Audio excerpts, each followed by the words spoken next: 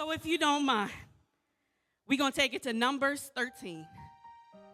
Numbers chapter 13, verse 26 is where we will start. And would you please stand for the reading of the word unless you are unable. If you are not able, please stay seated.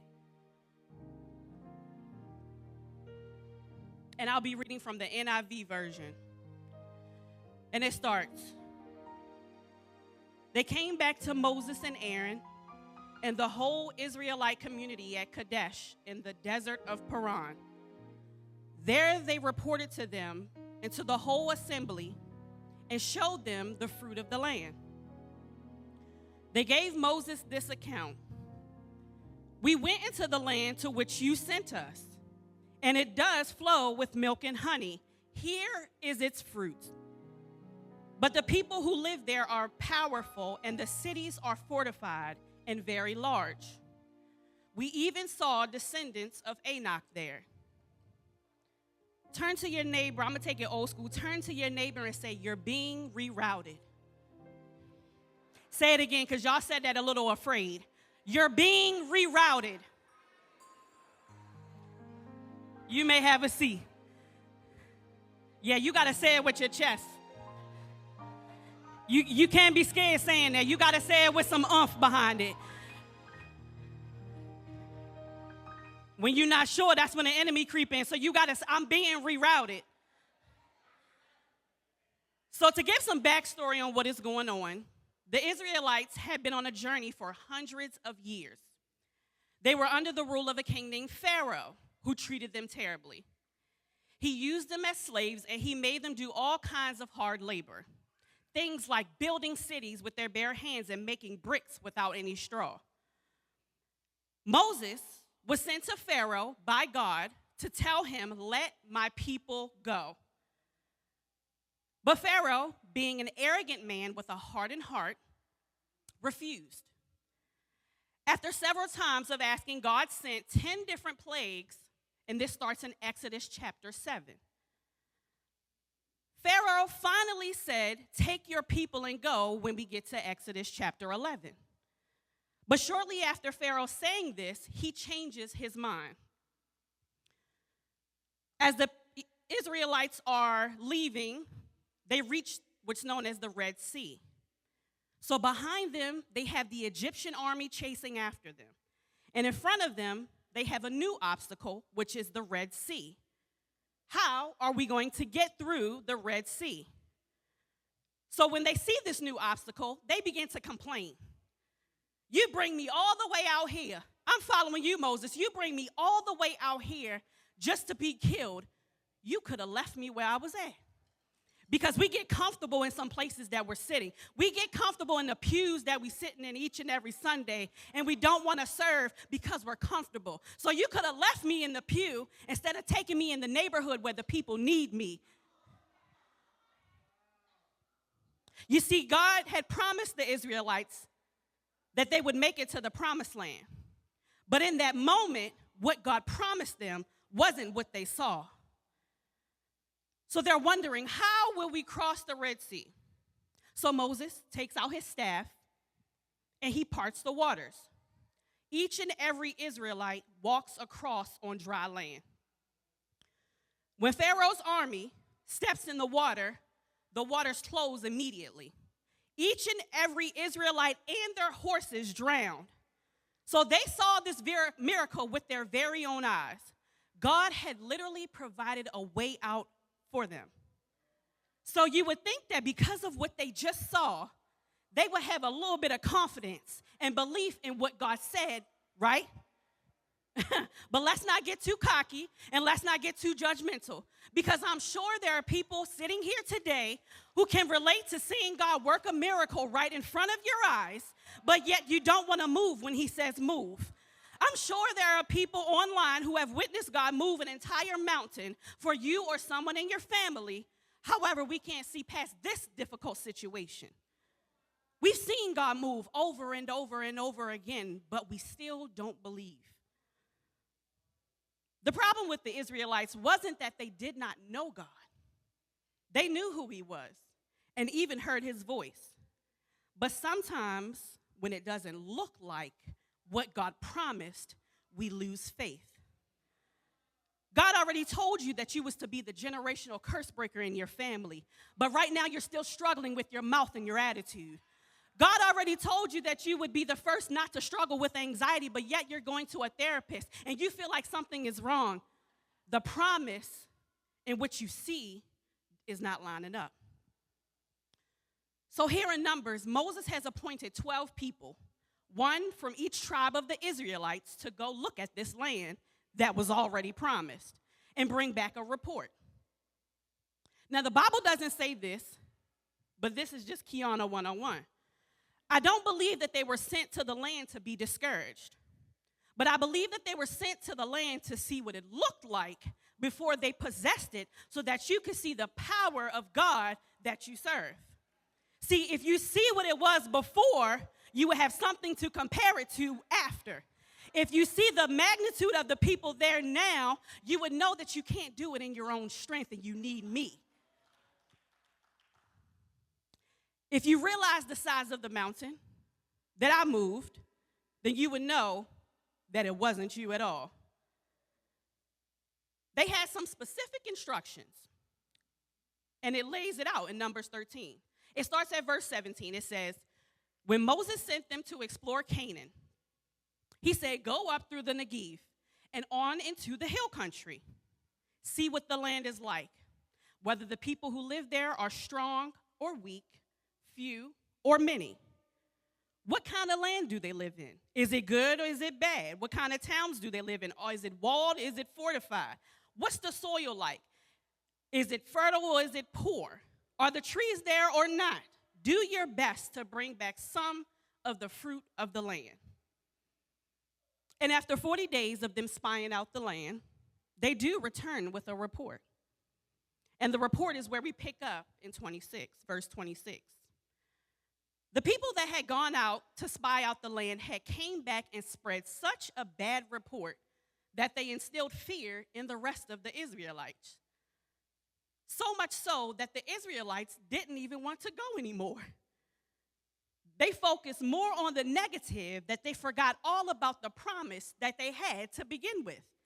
They forgot that even before they went to look at the land, God said, go see this land which I am giving you.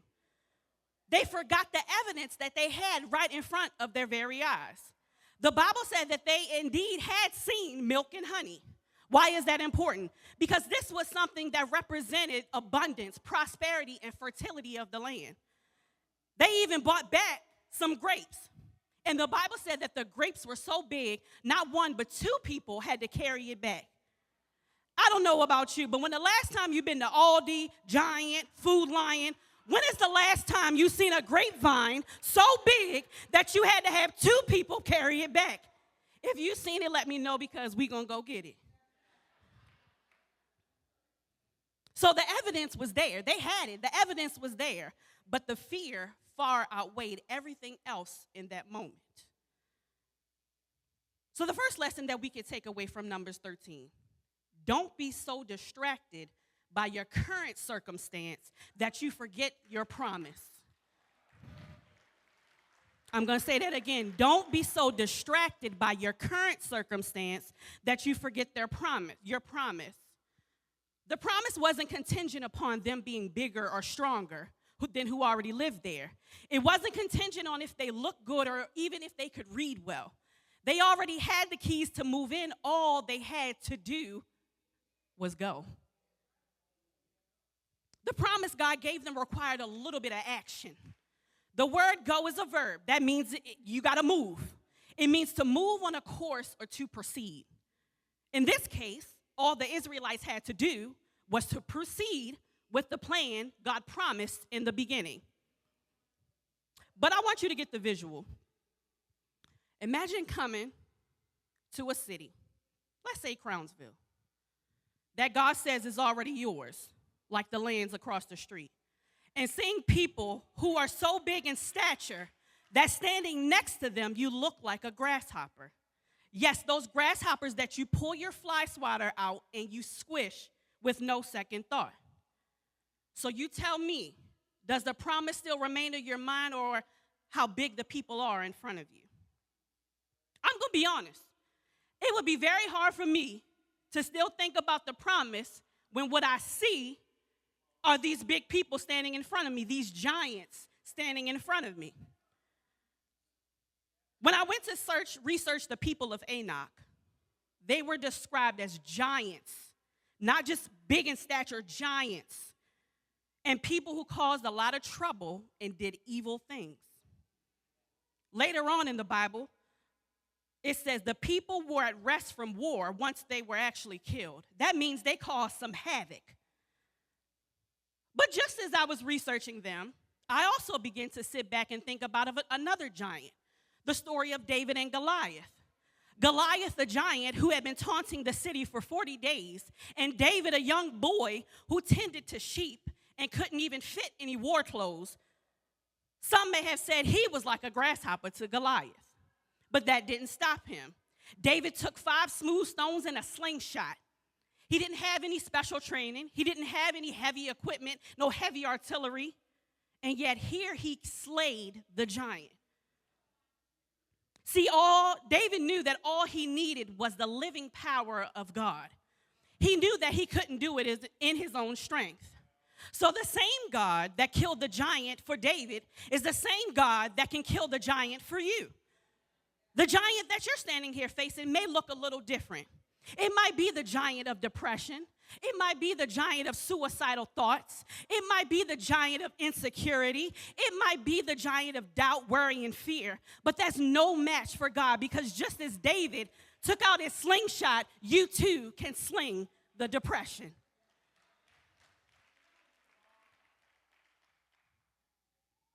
The second lesson, be careful of who you are listening to.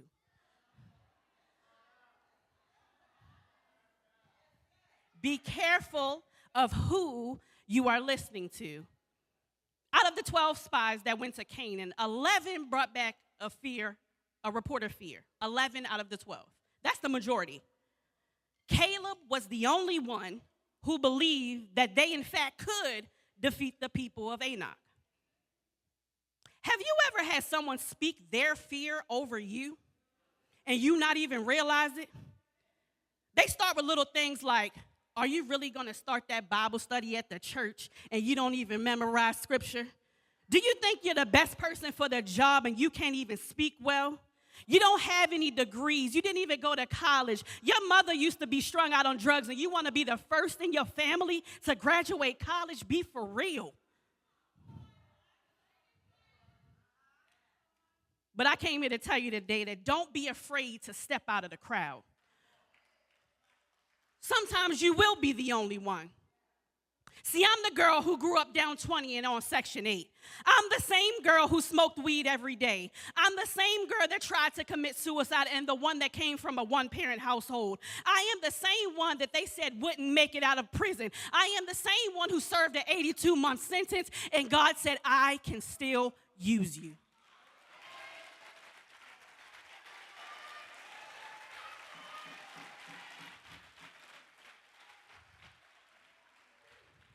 You see, he doesn't need you to run down the list of the negatives. He just needs you to be available. He doesn't need you to go through your list of disqualifications. He just needs you to show up. He is the God that can take 5 + 2 and make it 10. It might not add up in your sight, but with God, all things align. Your vision and his vision is 2 different things. What I see through these lenses of my glasses ain't what you see. That's why it's crucial for you to have some God-fearing people in your corner. They say, yes, sis, you was wrong, but God still called you. Yes, you may have done those things. They're not all lies, but God still can use you. What are you speaking over yourself? Are you speaking more fear than faith? Are you speaking more words than scriptures? Are you speaking more doubt than truth? I said, what are you speaking over yourself? And what are you speaking over your children? Oh, he's bad. He always do that. Stop saying that. He ain't bad. He's inquisitive.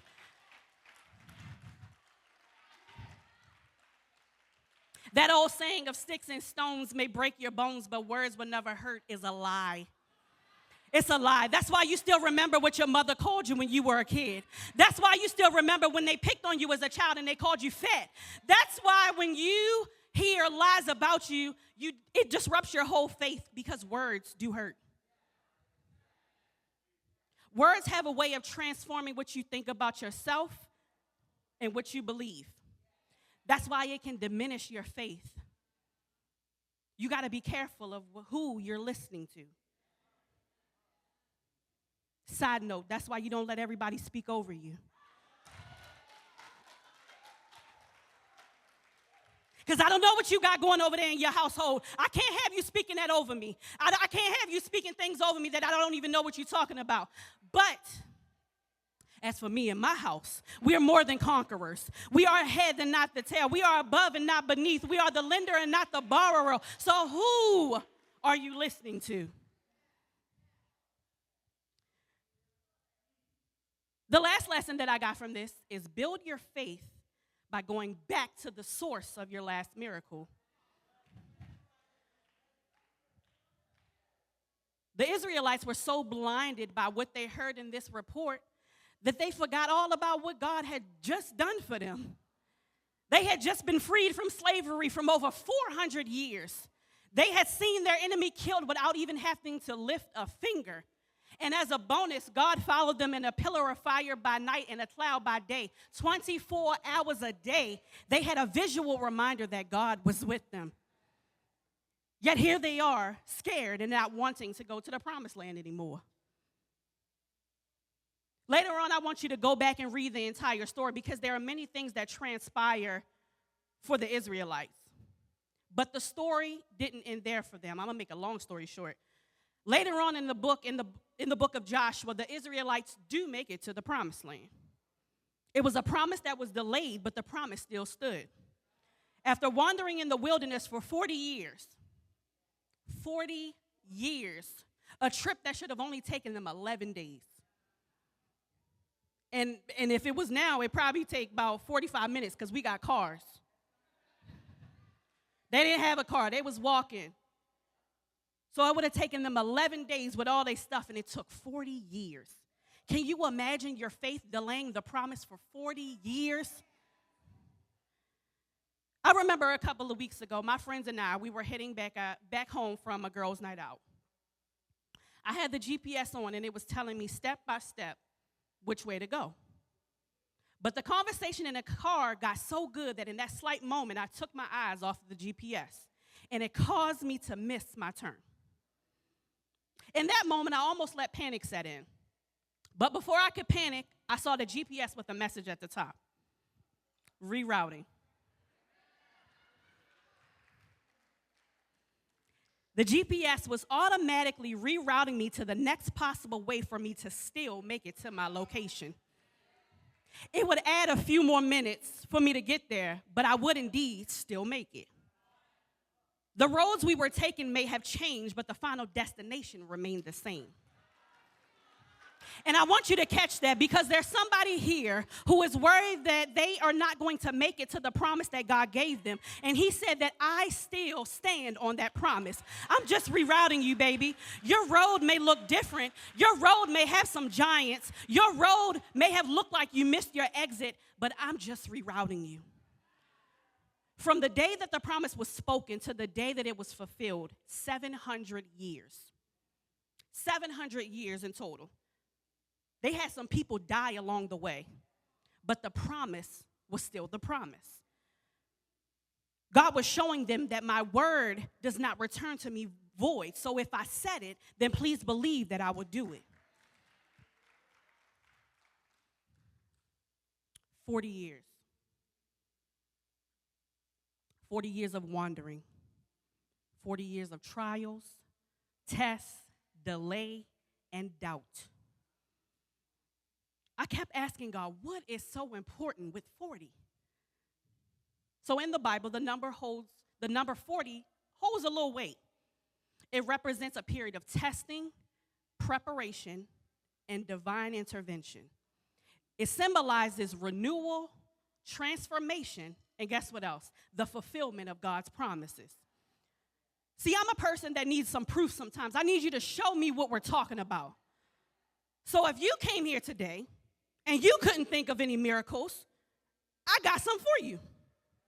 After 40 days of rain, Noah opened the ark in Genesis 7. Goliath taunted Israel for 40 days, but he was killed by David in 1 Samuel 17. Jesus was tempted by the devil for 40 days and 40 nights, yet he resisted in Matthew 4. After Jesus rose from the dead, he appears to the disciple for 40 days in Acts chapter 1. For 40, you might be 40 years old sitting in here and act like you never ever been through anything, but the mere fact that you're here is a miracle all in itself. You're sitting in a miracle. This building is a miracle. The breath in your body is a miracle. The fact that you were able to come in on your 2 feet is a miracle. The fact that you can see me is a miracle. The fact that you can clap your hands and you're not is a miracle. The fact that you can hear me is a miracle.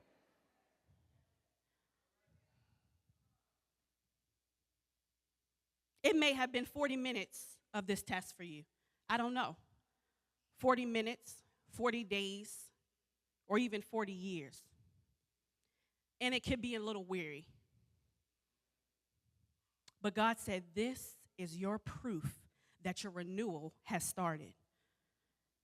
If you needed some proof that this test won't kill you, here I am. If you needed some proof that the promise is still yours, here I am. It may have been delayed, but you were never denied the promise. Your promise is still yours. I never took it away from you. It may be a little while longer, but God said, I never forgot about you. I didn't lose track of what I told you. I never cast you out of my hand. You are still mine. But there's some people that I got to get out of the way along that journey. Not everyone wants the best for you. That's why I have to reroute you. Some people just want to be close to you because they see that it's something different about you, and they want to pervert your anointing. Some people see that you can succeed, and they want to ride the coattails of the anointing that you have. I got to shake them off before I can take you to the promised land. I got to shake them off before you can go, because if you try to go with all this baggage, you're going to be weighed down. You're going to be weighed down, slumped over. How you going to do the work if you slumped? I got to shake them off of you. That's why that marriage didn't work, because I was rerouting you. That's why that friendship didn't work, because I was rerouting you. That's why the last church you was at, it didn't work, because I was rerouting you. It's no hard feelings, but I was rerouting you.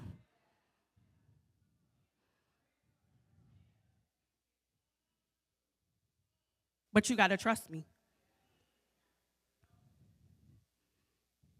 It may seem lonely, but just as he was with David and the Israelites, he's with you. It may seem impossible, but with me you can do all things, says God. It may seem like I'm rejecting you, and it doesn't always feel good, but if you bring that to me, I can deal with the hurt. When you stay in the right company and in prayer, you learn the difference between of no and not right now. You learn that no is saving you from some things. You learn that right now means that I'm not ready. So I need you to prepare yourself. I need you to prepare who you are around. You still trying to bring Tommy, and Tommy ain't for you. And as a teenager, of course, I don't want to hear it, because I think you don't know what you're talking about. But teenagers, we do, because we've been there. We've been there and we've done that. So listen to me when I tell you, he ain't for you, sis. He ain't for you, bro. She ain't for you, bro. Whatever your preference is, they ain't for you. If I take you away from the call that you've had over your life, then they're not for you. If I drag you away from church, then they aren't for you. Oh, I just want to spend time with you. Let me go to church first, then we can spend time. If they take you away from your call, they ain't for you. But it's not what we want to hear. Rerouting doesn't feel good. Rerouting can be very lonely.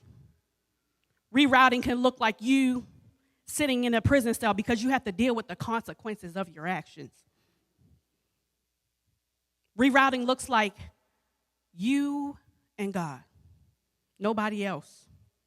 Rerouting looks like you trying to make a phone call and your phone died because it ain't meant for you to make. Rerouting looks like everybody else going out without you to the club, that y'all used to go out together, but rerouting looks like I'm home alone this week. Rerouting looks like I stopped drinking and all my friends fell off and I have nobody else to call. That's rerouting.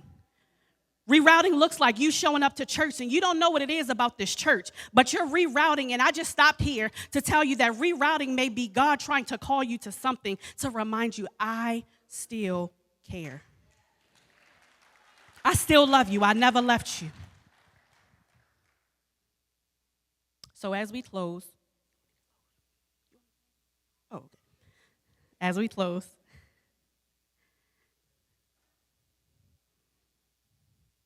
rerouting can look so many different ways.